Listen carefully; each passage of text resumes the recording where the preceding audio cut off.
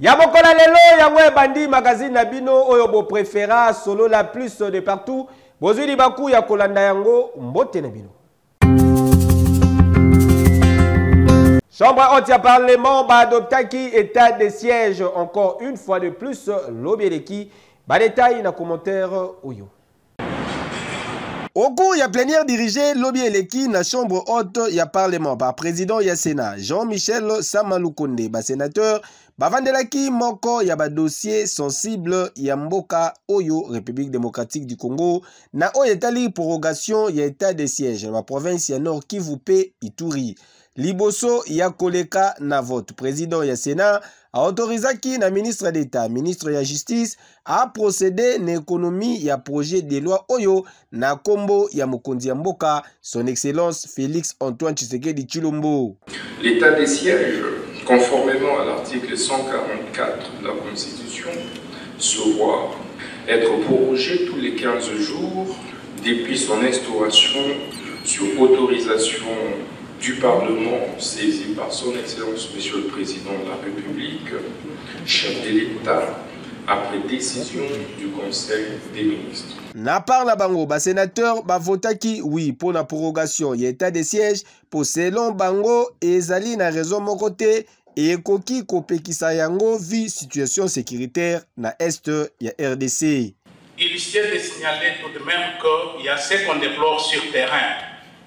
Et ce qu'on déplore sur terrain n'a pas pour cause l'état de siège, mais c'est plutôt le comportement de certains animateurs. Observation oyo ezalaki partagée avec effet immédiat na ministre de la Justice. Vous avez fait allusion, notamment l'honorable sénateur Moya. Je voudrais donc vous inviter, au sortir de cette plénière, que vous puissiez me saisir officiellement par dénonciation ou autre acte pour que je donne immédiatement injonction à l'auditeur général des FARDC afin d'appréhender, je dis bien, quelque auteur que ce soit d'un quelconque dérapage que ce soit dans les provinces où il y a état de siège. Juste après, le sénateur a sollicité qui évaluation y a état de siège. Comme cela est une réalité, moi je peux solliciter que pour ceux qui dérapent ou qui violent la loi,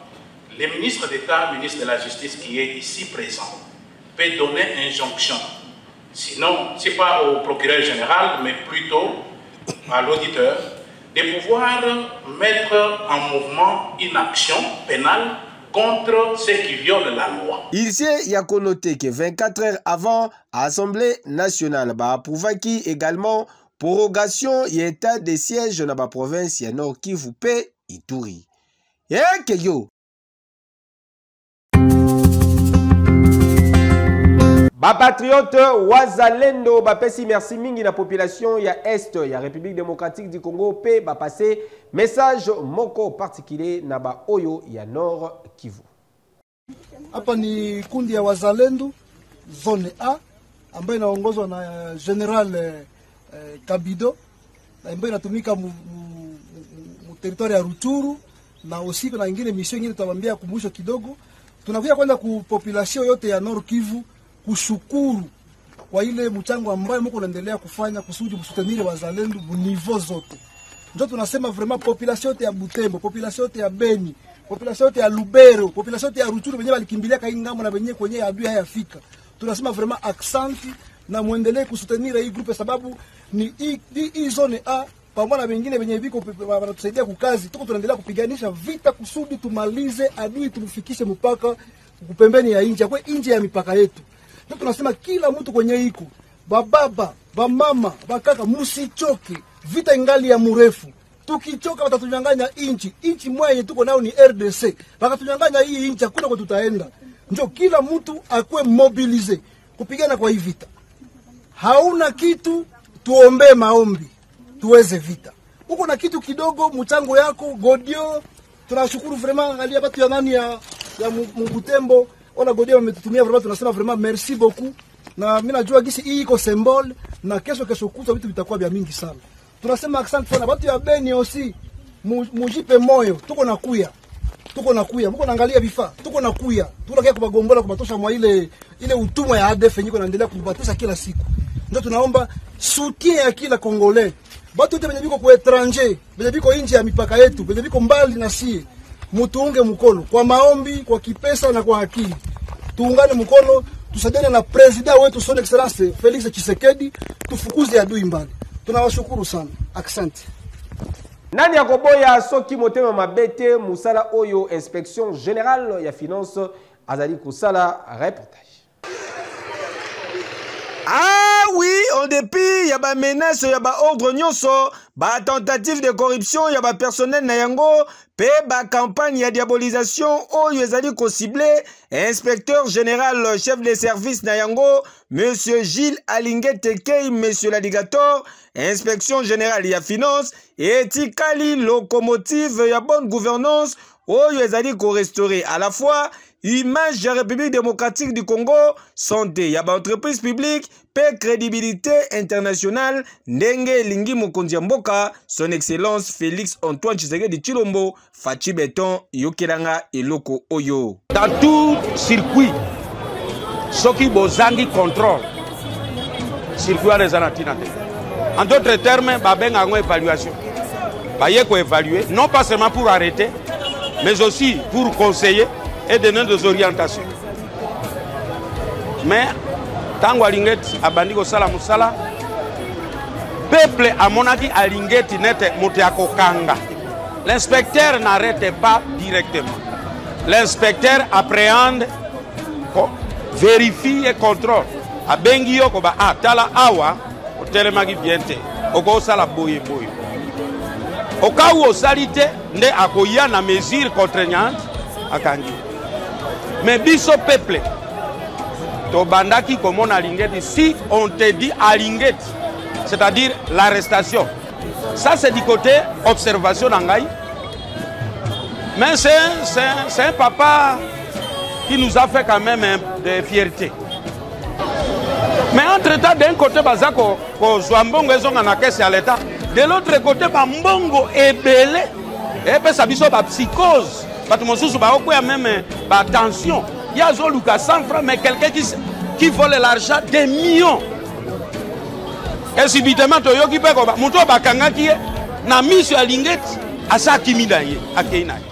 ça, c'est du côté négatif. Alinget, il reste ministère, banini. Il faut qu'il y ait des petits alinguettes.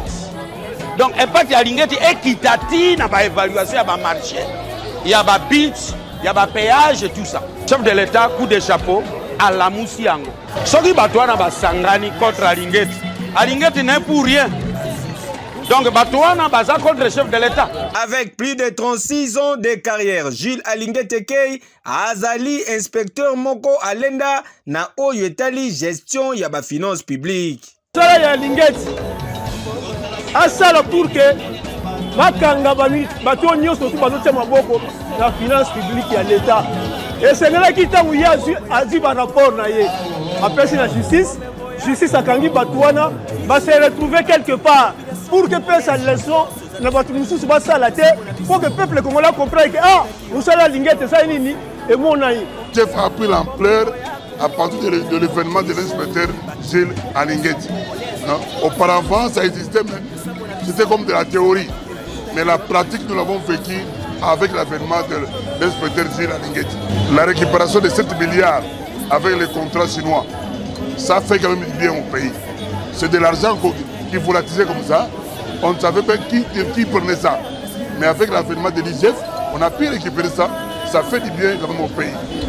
Je ne sais pas si comment faire au banc, ça va, tu vois, parce que y a un bon à l'État, comment faire au banc à partir de baza IGF inspecteur IGF à côté wana bakoma vela makonto bakoma vela robanga oyiba mbonga l'état donc peut-être pas makangi ba moyibi parce que ça dérange place ba elia ça dérange comme il y a par exemple lingi baza la liberté moko boye basala o balingi na mbonga l'état mais quand maman la IGF passe na contrôle mususu et comment faire au banque ça va comment liberté moko na makamba ya finance abo baza congolaise né grandi na Congo donc aussi en tant que mon peuple azo souffrir les aramabe mingi tant ya zo akoti likambo ko contrôler ba mbongo na biso ko kanga yango ezala na Congo ezala mbongo na biso Congo to souffrir donc tant on compte essaye asala idée moko ya malamu mingi donc côté là na bete la vraiment mabo mabe ça ce qu'on dit bino boyebi muto ana yibaki bolongo lié par après bon son c'est ça sensé bon moi te to na posa to kufa kaka ba continuons il faut ba kota na makambo yo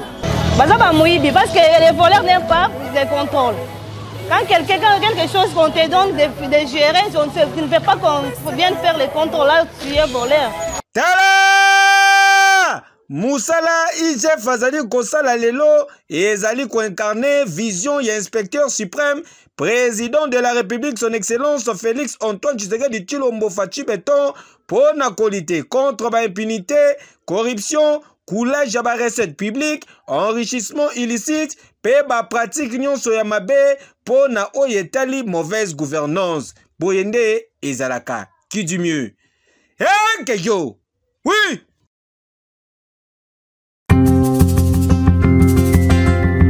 Cambriolage ya coffre fort ya université ya Kisangani recteur abimi na silence na ye po na kotalisa boye. Trônage de son excellence monsieur le gouverneur de province qu'on est venu me dire à la maison que la caisse a été vandalisée, la caisse centrale. Je n'ai pas hésité un seul instant, je suis arrivé, j'ai fait prendre les dispositions que personne ne touche à rien et que l'on fasse appel aux services spécialisés, notamment la police criminelle qui dépend du parquet de grande instance. Nous les avons amenés jusque-là. Ils sont en train de faire leurs enquêtes et je ne vais pas interférer dans les enquêtes, mais je veille à ce que personne ne touche à quoi que ce soit là-bas jusqu'à ce que nous puissions savoir comment la chose a eu lieu. Et c'est ce message-là de calme à la communauté et d'attendre que les services spécialisés nous disent ce qu'il y a et établissent les responsabilités. Et certainement les responsabilités vont être établies, puisque le jour de la collation, j'ai parlé de la sécurisation du siège de l'université. La clôture n'est pas cassée. Pour moi, on n'a pas cassé la clôture. Je n'ai pas vu de grandes casses, je ne suis même pas entré. Mais c'est que on doit connaître, on finira par connaître, peut-être aujourd'hui ou demain, on finira par connaître d'où c'est venu et qu'est-ce que ces gens qui ont monté ça ont cherché à faire.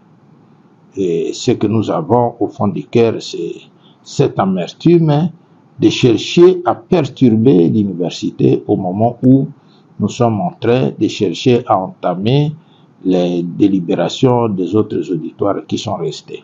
Que tous les membres de la communauté restent sereins, moi-même je suis serein, et la vérité finira par éclater.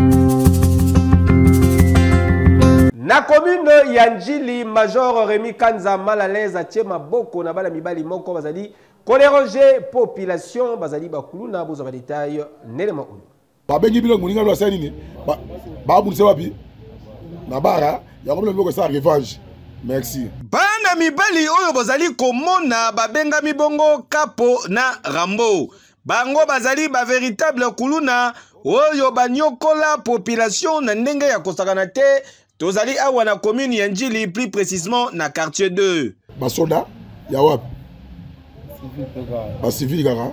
Parce que bongo yaza gardini. Yaza gardini. Ah bien Rambo. Ya Rambo. Oza na gradini yaza Kapo yaza nani? Tenga ba bien ya Rambo. donc c'est-à-dire akamba siko yebisa ngai eloko la tina kingo bakosolo makamba ovandaka bana mibali oyo bozali komona bazalaka bayanke yekiri basoldat ndenge kaka bozali komona bilongi na bango na bafoto boye bazali véritable armée oyo basalaka maseki te kasi lelo grâce ya vigilance ya le major Rémi Kanza Malalaise le fils de la promesse numéro 1 ya escadron ya la police Tukin bango oyo bozali komona bazwami pe bakozala obligé ya kodénoncer pe kolakisa bisika nyonso baninga na bango babatami yoka communication Masabia buni na bar nini yango nde bozwi ba machette ba arme na bino po bokeno bunda so yebisa ngai nde bokendaka oyebi ke bino bozala ba plainte te ebele ya moto bokata bobotola babiloko oyike ba image teme toza nango nyonso oyebi te yema aleza lukaka bino boyebi te boyebi yango te yo boyebi te boyebi te na tout mpona mama wani bakoluko ah merci ok merci tokosunga bino biso tokosunga bino totala baimage na baimage ya bino tuna babwaka yango baimage écrit na bino tuna babwaka yango omonaki bozali eloko te boza na moto donc numéro 1 na bino écrit na bino komo ye nani Dindanda bukana pede. Abukana? Aza akota ndakwa? Afanda na inkole, oyo inkole yango? Na ebite. Ebite? Oye Mado. M'appelle Mado. Moïse. Loire. Pesa ba kombo ah? Beni à la prison. Na ebiti pa na prison. Siko biloko aboye, siko bokolo banini. Yebi ke na DA toza na Colin Mbusa zali apa Colin Mbusa biso be bato be toza peme be tozali so na machette bozu na poko bomo sani bono katanani ka ndenge zalaka tozonga na pale moto de bomonto dokuta na de ba criminel on a benga ba criminel passo de population de criminel donc bazali prêt bakende combat na bango nasi bolandi ba no commet ndenge bango mo baza koloba yango tokosunga bango tokomema bango place esenge ba mesel kozala au moni bino mo bazo reconnaître ba fait na bango na biloko na bango o baza na tolo na bango wana yango minute oyo na ozo bango inde na tiki bango na poste proche awa après lobi na tongo tomeni bango esika esengeli poto tika bango biso tokolemba bango te bango nde bakolemba biso la force reste à la loi. Donc merci vraiment. Ma confiance aux populations au Pessabiso pour te démanteler le réseau Nyons. C'est l'homme information. Tous sur place, quelques parmi bango bazalina minduki s'occuper bazo yango wapi et yebanite yoka. Koteleka batu na ndaku écrire ba rebo kutu numéro 1 abino azana arme. Azana arme à 00. On a zo bana kosi. Yana bongo, ebike yana bongo azana arme. Na tunyo ebike azana arme. Ah, bon biso eba onde na kanga ngai. Na kanga rebo. Ngaya, parce que nous sommes beaucoup na poule. Et quel bino hein? Merci. Papa ministre d'État, ministre ya justice, awa major Rémi Kanza Malalaise akwei na bango boye tolingi toyo kasango. Toyo katege lobby, oh bamonaki kapo libanda, oh bamonaki rambo libanda. Kejo. Bon so tota moto intervention na machete oyo abaki bakose bino makambo. Na quartier Fimi na commune ya Bumbu population bazali ko vivre na ba condition ya mabe makasi Fiston Pero reportage.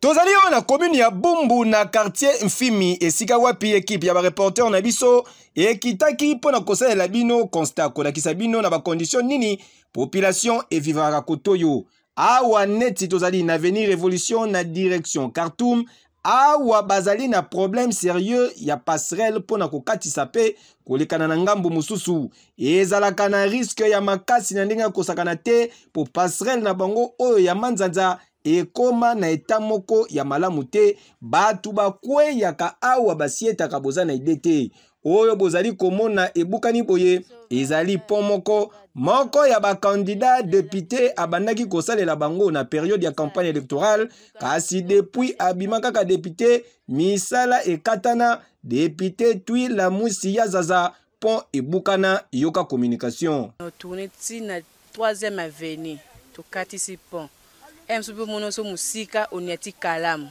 on a basalité, banye, babiloka kebele bele kabonia, toto bobima kolo mukusa. Tu es bané to salate. Qui ko charge o sale so pont akatani e simbi te kasa zwina lekine ke pont e simbi kute e bukani. To zaina pont so mabaya bayo ko zalo yenge babuki so pont na biso to komi na passe ya koleka. To be na passe makasi. Ba ede biso ba ko bonso so pompo to zonga koleka na baba so tout to zana baba la biso tout do ka to keleka baba mususu eza pena passe ki butu makasi ko so ba ke kalo kuna okozo nga reta ba ke kalo kuna okomisa baba na bino to leki baba ba ke kalo ko to mususu eza passe baba bonso so baba zo solution ya pont solution ne bazo za kala mafungo to sepeli bozo so solution ya pont basalela biso ba ta ya propagande boy ne basalela biso mais Tamboule beta qui se basala bien te ce ingénieur angwa ebio sala bien te angane bukanaki. Aibio sala bien te angane bukanaki ko passe ya baluka so tinge babo yangwana to na kokota kalambe infection yango wana to komo préféré ko katisa ka bon mais mutu moko pa alingaka bukana ka alinga bukana ababana na kati ya mai risque ezake soko kwei vertige oko olingole kabo kwei nde mususa na kweyaki malgré to abukana te mais akweyaki vraiment tina kati ya kalamu. Il faut pas bonser la biso la biso ba pont ya bien ba moment bazwa ki charge ya la biso pont ya bien to voter bango to voter comme sou o ebele to voter azui siko pont yango esali même pas une année bukani. Soki opusani na ngambu mususu bazali na problème ya courant ndenge kaka bozali komona boye awa babanda kosala misala ya nzela kasi depuis balongola ba poto ba déplacer yango pona ko permettre que misala esalama courant ezonga te misala pe zali kosalama na lanterne moko ya kosakana te SNEL azwela bango solution te au contraire ba agent ya SNEL baya bakata basinga ya kote oyo bakinda na ngoti lelo yoka lisusu communication oyo bon mais ali bosso ya nzela oyo basala nzela oyo basala bien be eza lent eza pila lent makasi parce que ba onde basali ki po nzela ba kotumbula ya ba pese ba poto ya batina biso ya courant ya SNEL nde balongola kango mpanzi kuna po balongola ba pose po ba basala misala bon misala ngoti sikoyo bana batika bongo et si mais sube ba basala soute parce que biso soufi na courant mikolo quartier mbimba oyo tuza botona pour ma courant bana batalimete baya bakata singa bakende nango soki moyen kuto ekozala ke balongola ba poto ekweyana batia tuna ngamu koto batia so courant po mikolo ba moi oyo sans courant to kufa eliwa yango to senga ke to susika courant ezongo asisa nzela bango basa terrasse na bango batia so courant po ezala bien kasi awa na quartier Fimi mama na likambo ezali nde likambo ya mai bango basalelaka kaka mai ya forage ba robinet etikala esthétique ya podium régie des eaux musala mabe na ndenge ya kosakana te population eleli obie tozalaka wapi so tozalaka la mboka so tozalaka chasa na komponaka te ya biso mai ya pompe ka ba forage bitu ese beli passe na komela biso koto mai banango susu te na si ko sata ba inani mais facture à l'état eyaka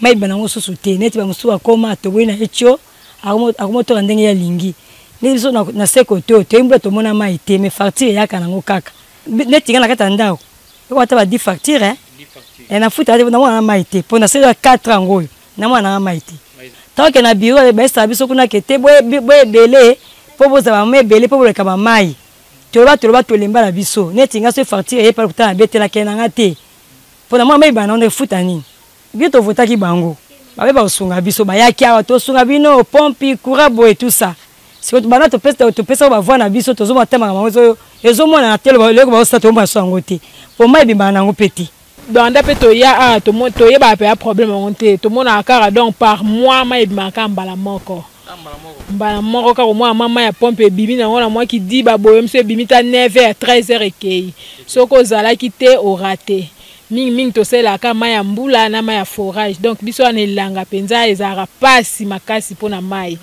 na sera elanga mpona mbula kutu ya pasi mpo tozela mwa mai ya mbula yango me mbula yango mpe ezobeta mpenza te donc toa vraiment na pasi makasi ya mai na bangomba oyo tokeluka mai ya forage mosika donc toza na pasi mpenza makasi boso bato ndoki ezwa kuna monastère lelo nde bamo baforage eye me ngomba nde lelo pena do mai vraiment eza pasi ya kosakana te. Président Fati ifa atunaka bato na ye ke mai tokoma te mpona nini bainogiranga ye kaka inogire bakangi lisusu ebimaka te donc régie des eaux awa azalaka te régie des eaux awa aza te bakanga izini wana ou bien ezosala tozotuna motuna wana ke eza mpo Fati totalaki ainogirango mais sikoyo bazosalela yango wapi awa mai ebimaka te na sanja mbala moko eske biso tokomi na Tchad mai vraiment eza te tomataka ti likolo tokeli na baforage mpona mpena bapompi ebima vraiment te balobaki pare na un mois ekobima une fois